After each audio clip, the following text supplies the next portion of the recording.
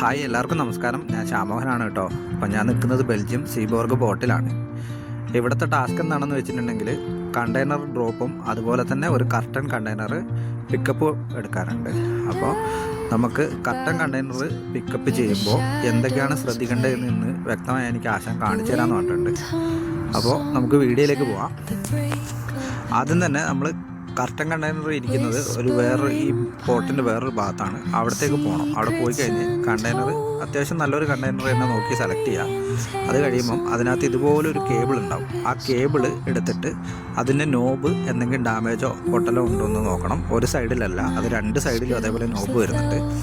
അതിനെന്തെങ്കിലും ഡാമേജ് ഉണ്ടെങ്കിൽ നമ്മളത് എടുക്കാതിരിക്കുന്നതായിരിക്കും ബുദ്ധി എന്നാണ് ആശാൻ പറഞ്ഞത്. അതിനകത്ത് കുറച്ച് കാര്യങ്ങളുണ്ട് എന്ന് പറഞ്ഞിട്ടുണ്ട്. അതുപോലെ തന്നെ കണ്ടെയ്നറിൻ്റെ ഉൾവശത്ത് കയറിയിട്ട് ഇതുപോലെ നമുക്ക് കാർഗോ സെക്യൂർ ചെയ്യാനുള്ള ബെൽറ്റുകളെല്ലാം ഉണ്ടോ, അതിൽ എന്തെങ്കിലും ഡാമേജ് ഉണ്ടോ എന്ന് നോക്കണം. അതുപോലെ തന്നെ കണ്ടെയ്നറിൻ്റെ ഉള്ളിൽ എന്തെങ്കിലും കീറലോ കർട്ടൻ്റെ ഭാഗത്ത് ഏതെങ്കിലും കീറലോ ഹോൾസോ ഉള്ളതെന്നും കൂടെ നമ്മൾ ചെക്ക് ചെയ്യേണ്ടതുണ്ട്. പിന്നെ നമ്മൾ അതിൻ്റെ ലോക്ക് കറക്റ്റായിട്ട് വീഴുന്നുണ്ടോ എന്നുള്ളതും കൂടെ നോക്കണം. അതിനുശേഷം നമ്മളെ കർട്ടൻ ക്ലിപ്പ് ചെയ്യുന്ന ഇതുപോലത്തെ ക്ലിപ്പുകളുണ്ട്. ആ ക്ലിപ്പുകളെല്ലാം ഓക്കെ ആണോ. അതുപോലെ ഒരു പ്ലേറ്റ് വരുന്നുണ്ട്.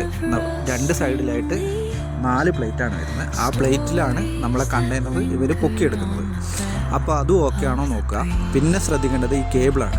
ഈ കേബിളിൽ എന്തെങ്കിലും പൊട്ടലുകളോ ഡാമേജുകളോ ഉണ്ടോ നോക്കണം. കാരണം കേബിളിൽ പൊട്ടലുകൾ സംഭവിച്ചു കഴിഞ്ഞാൽ നമുക്കിത് ഇതേപോലെ ഇടാൻ ഭയങ്കര ബുദ്ധിമുട്ടായിരിക്കും. അതുകൊണ്ട് ഇതൊക്കെ ശ്രദ്ധിച്ചിട്ട് എല്ലാം ഓക്കെ ആയതിനു ശേഷം മാത്രമേ നമ്മൾ എന്ത് ചെയ്യാൻ പാടുള്ളൂ, ഈ കർട്ടൻ ഓക്കെ ആക്കാൻ പാടുള്ളൂ. ഇത് നമുക്ക് ഏറെക്കുറെ ഓക്കെ ആയിട്ടുണ്ട്. അപ്പോൾ നമുക്ക് വണ്ടിക്കാർ ഇവിടെ വന്നിരിക്കുന്നുണ്ട്. ഇനി ഇവിടെ നിന്ന് ഈ കണ്ടെയ്നർ എടുത്ത് അപ്പുറം കൊണ്ടുപോയിട്ടിട്ട് അവിടെ നിന്നാണ് നമ്മളെ വണ്ടിയിലേക്ക് എടുത്ത് വെച്ച് തരിക. അപ്പോൾ നമ്മൾ മുമ്പിൽ ഈ പോകുന്നതാണ് നമ്മളെ സെലക്ട് ചെയ്തേക്കുന്ന കണ്ടെയ്നർ. ഇനി അതിൻ്റെ പുറകെ ഇങ്ങനെ പോയാൽ മതി. അതിൻ്റെ പുറകെ പോയി കഴിയുമ്പോൾ അത് പാർക്ക് ചെയ്ത സ്ഥലത്ത് ഇതുപോലത്തെ വണ്ടി വരും. ഇത് കണ്ടെയ്നർ എടുക്കുന്നതാണ്. കർട്ടൻ കണ്ടെയ്നർ എടുക്കുന്ന വേറെ ടൈപ്പ് വണ്ടിയാട്ടോ. അപ്പോൾ നമ്മൾ സെലക്ട് ചെയ്ത കണ്ടെയ്നറിൻ്റെ അടുത്ത് എത്തിയിട്ടുണ്ട്. അവിടെ ഇതേപോലെ വണ്ടി റിവേഴ്സ് വെക്കുക. റിവേഴ്സ് വെച്ചതിന് ശേഷം നമ്മൾ വണ്ടി എല്ലാം ഓക്കെ ആയതിനു ശേഷം നമ്മൾ വണ്ടിയിൽ നിന്ന് പുറത്തിറങ്ങാം. പിന്നെ ശ്രദ്ധിക്കേണ്ടത് ട്രെയിലറിൽ ഇതുപോലെ കണ്ടെയ്നർ എടുത്ത് വെച്ചതിന് ശേഷം കണ്ടെയ്നറും ട്രെയിലറും കൂടെ തമ്മിൽ ബന്ധിപ്പിക്കുന്ന ലോക്കാണിത് കേട്ടോ. ഫ്രണ്ടിൽ 2 അതുപോലെ തന്നെ ബേക്കിൽ 2 ഉണ്ട്. അത് കറക്റ്റ് ലെവലിലാണോ നിൽക്കുന്നത് നോക്കുക. അത് കഴിഞ്ഞിട്ട് നമുക്ക് പിന്നെ പുറത്ത് നിൽക്കാനുള്ള പെർമിഷൻ ഇല്ല.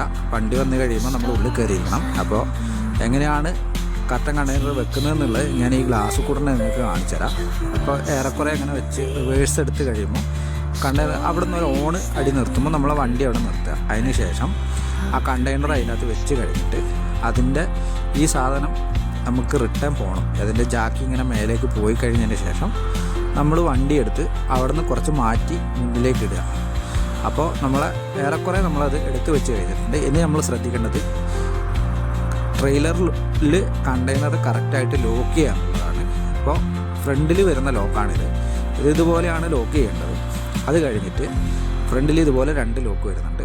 അതിനുശേഷം ഇതേപോലെ ജസ്റ്റ് എന്തെങ്കിലും എടുത്തൊന്ന് ആ സംഭവം ലോക്ക് മേലേക്ക് തെറിച്ചു പോകാതിരിക്കാനുള്ള ഒരു ചെറിയൊരു എന്തെങ്കിലും ലോക്ക് വെക്കുന്നത് നല്ലതാണ്. കാരണം നമ്മൾ ഓടുമ്പോൾ അത് വീണു പോകാൻ സാധ്യതയുണ്ട്. പിന്നെ ബേക്കിലുള്ളത് ഇതുപോലത്തെ ഒരു ലോക്കാണ്. അതും ഏറെക്കുറെ ഇതേപോലെ ലൂസാക്കി അതിൻ്റെ ഉള്ളിൽ ഏറെക്കുറെ സെറ്റ് ചെയ്തിട്ട് അത് നല്ലതായിട്ട് ടൈറ്റ് ചെയ്ത് വെക്കണം. അപ്പോൾ ഏറെക്കുറെ നമ്മളെ പരിപാടിയെല്ലാം കഴിഞ്ഞിട്ടുണ്ട്. ഇങ്ങനെയാണ് നമ്മളൊരു കർട്ടൻ കണ്ടെയ്നർ സെലക്ട് ചെയ്ത് അത് നമ്മളെ വണ്ടിയിലേക്ക് എടുത്ത് വെക്കേണ്ടത്. അത് കഴിഞ്ഞ് ഇനി നമുക്ക് പുറത്തേക്ക് പോകാനുള്ള പരിപാടിയാണ്. ലേശം ബ്ലോക്ക് കിട്ടിയിട്ടുണ്ട്. വേറൊന്നുമല്ല, ഒരു ട്രെയിൻ അതിലെ പാസ് ചെയ്യുന്നുണ്ട്. അങ്ങനെ ഇവിടുത്തെ പരിപാടിയെല്ലാം കഴിഞ്ഞിട്ടുണ്ട്. ഇനി നമ്മൾ പുറത്തേക്ക് പോവാണ്. ഇതാണ് പോർട്ടിൻ്റെ ഉൾവശം കേട്ടോ. ഇവിടെ ടെസ്ലേൻ്റെ ഒക്കെ കാർ ഇഷ്ടം പോലെ നിരത്തി വെച്ച കാണാം കേട്ടോ.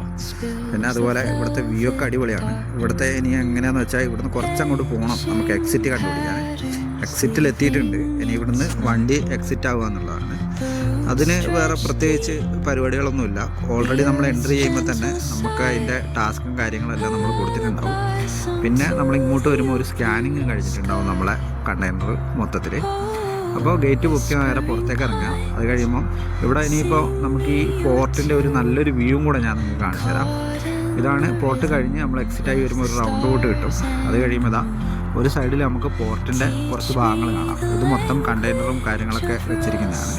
ഒരു സൈഡിൽ അത് ട്രെയിൻ പാളവും മറ്റേ സൈഡിൽ പോർട്ടുമാണ് വരുന്നത്. പിന്നെ അത് കഴിഞ്ഞ് നമുക്ക് ലേശം ദൂരേക്ക് നമുക്കിങ്ങനെ കടലിൻ്റെ വ്യൂ ഒക്കെ കിട്ടും കേട്ടോ. നല്ലൊരു അടിപൊളി ഏരിയ തന്നെയാണ്. ഇത് കാണാനും കുറച്ച് രസം തന്നെയാണ്. എനിക്ക് ഫസ്റ്റ് ടൈം ആയതുകൊണ്ടാണോന്ന് അറിയില്ല. എന്തായാലും ഇന്നത്തെ ഒരു അടിപൊളി എക്സ്പീരിയൻസ് തന്നെയായിരുന്നു. ഇനി പുതിയ വിവരങ്ങളായിട്ട് ഞാൻ അടുത്ത വീഡിയോയിൽ വരുന്നതായിരിക്കും. അപ്പോൾ എല്ലാവർക്കും നല്ലൊരു അടിപൊളി ദിവസം നേരുന്നു.